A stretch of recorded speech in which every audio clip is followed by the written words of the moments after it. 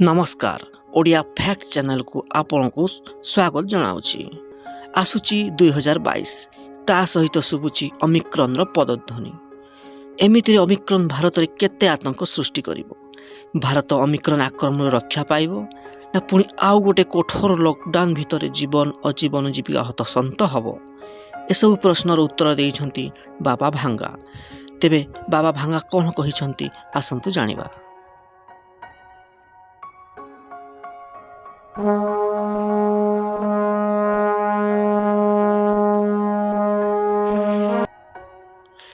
विश्वर प्रसिद्ध अंध भविष्यवक्ता 2022 रे भारतर भविष्यत को नहीं बाबा भांगा जहाँ कहिछंती ताहा डराइबा भली। 2022 रे भीषण गरम सहित भारत भीतर को पंगपाଳ पशि आसबे बोली कहिछंती बाबा भांगा। एहा सहित सुनामी भाइरस और भूकंप देश को थराई देव। आसंतु जानिबा बाबा भांगा 2022 को दे कौन कहिछंती।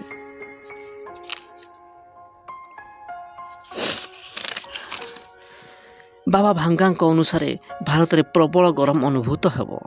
भारत में तापमात्रा 50 डिग्री पर्यंत छुईबा बोली से कहिछंती। एहा सह फसल उपर पंगपाଳ आक्रमण हेब बोली मध्य से पूर्वानुमान करिछंती। एसबु कारण फल लोक दुर्भिक्षर सम्मुखीन हेबे। से आहुरी कहिछंती कि 2022 रे ऑस्ट्रेलिया समेत अनेक एशिया देश में बन्या आसीपारे बोली पूर्वानुमान करिछंती बाबा भांगा।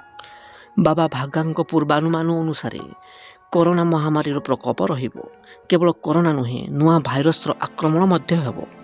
साइबेरिया रे एक नुआ भाइरस चिन्हट हेबो जहाँ समग्र मानव जाति पई विपद सृष्टि करिवो।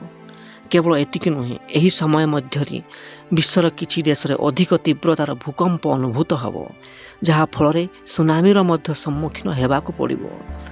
बाबा भांगा पूर्वानुमान अनुजाई आगामी वर्ष में पानीय जलर घोर अभाव देखाजिवो। नदी रे प्रदूषण हेतु पानीय जलर अभाव देखाजिवो। तेणु नूतन जलर उत्स खोजिबा चेष्टा करने को पड़िबो बोली बाबा भांगा पूर्वानुमान अनुजाई कहिछंती। भिडियोटी को पसंद आस्तिले चैनल को लाइक शेयर एवं सब्सक्राइब करिया को भूलिबेनी। धन्यवाद।